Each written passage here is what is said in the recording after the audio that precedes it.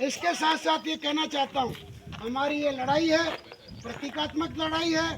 हम आज छुट्टी के बावजूद तहसीलदार जी को तकलीफ देने आए हैं कि हमारा ये ज्ञापन लें, हमारे इन गरीब आदिवासियों की बात सुने, उसके बाद हमें निर्णय करके हमें बताएं। यही बात कह करके अभी मैं मेरी बात आज पलासिया तहसील के जितने भी साथी हैं वो लोग यहाँ पर आए अपनी मांगों को लेकर। और अपनी मांगे क्या हैं? मांगे अपनी वाजिब मांगे हैं। आदिवासी, गरीब, मजदूर, दलित, इन जो तबके हैं, जो गरीब तबके हैं, इनको सदियों से शोषित किया जा रहा है, सदियों से उनको लूटा जा रहा है, सदियों से उनका खून चूसा जा रहा है। और ये खून चूसने का सिलसिला अभी भी जारी है। हमारे आज़ादी को 75 साल हो गए हैं। 75 साल की आज़ादी के बाद भी हम गरीबों को वो हक नहीं है जो अमीरों को हक है। आज हमें स्कूल में पढ़ने के लिए सरकारी स्कूल में हमें जाना पड़ता है। उस सरकारी स्कूलों की हालत क्या है? इस बारिश के अंदर सरकारी स्कूलों में जगह जगह कहीं छत गिर रही है, कहीं दीवार गिर रही है, कहीं पूरा स्कूल ही जो है धराशायी हो रहा है बारिश के कारण।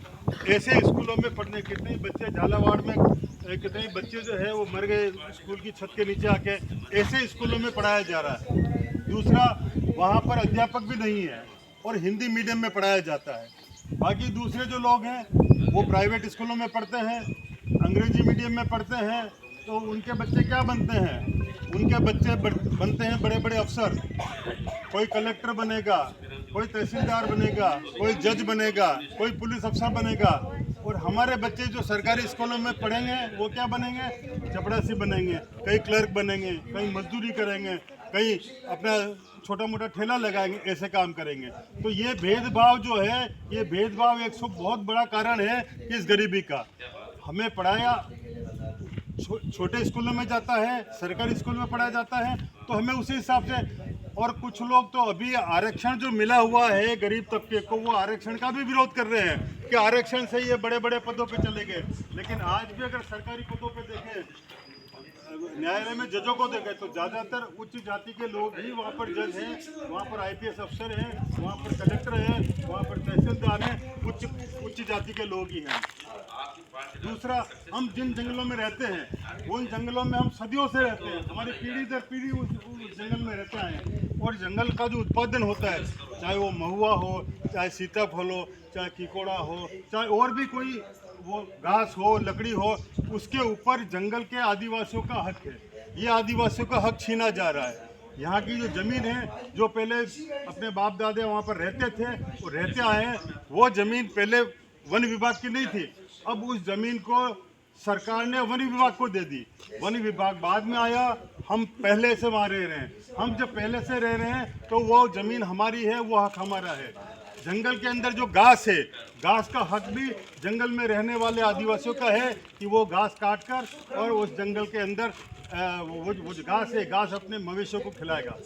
वहाँ पर हमें बाड़े मिलने चाहिए, वो हमें बाड़े भी नहीं दे रहे। तो हमने जो मांग पत्र बनाया है, इस मांग पत्र में यही सारी मांगे हैं कि हमें जंगल के अंदर बाड़ा दिया जाए घास के लिए, और जंगल की घास को हमें काम में लेने का जो है वो मौका दिया जाए। जंगल की घास का हमारे ऊपर हक है। जब जंगल की घास काटने जाते हैं तो ये वन विभाग वाले आ जाते हैं, कभी दराता छीन लेते हैं, कभी उनको भगाते हैं।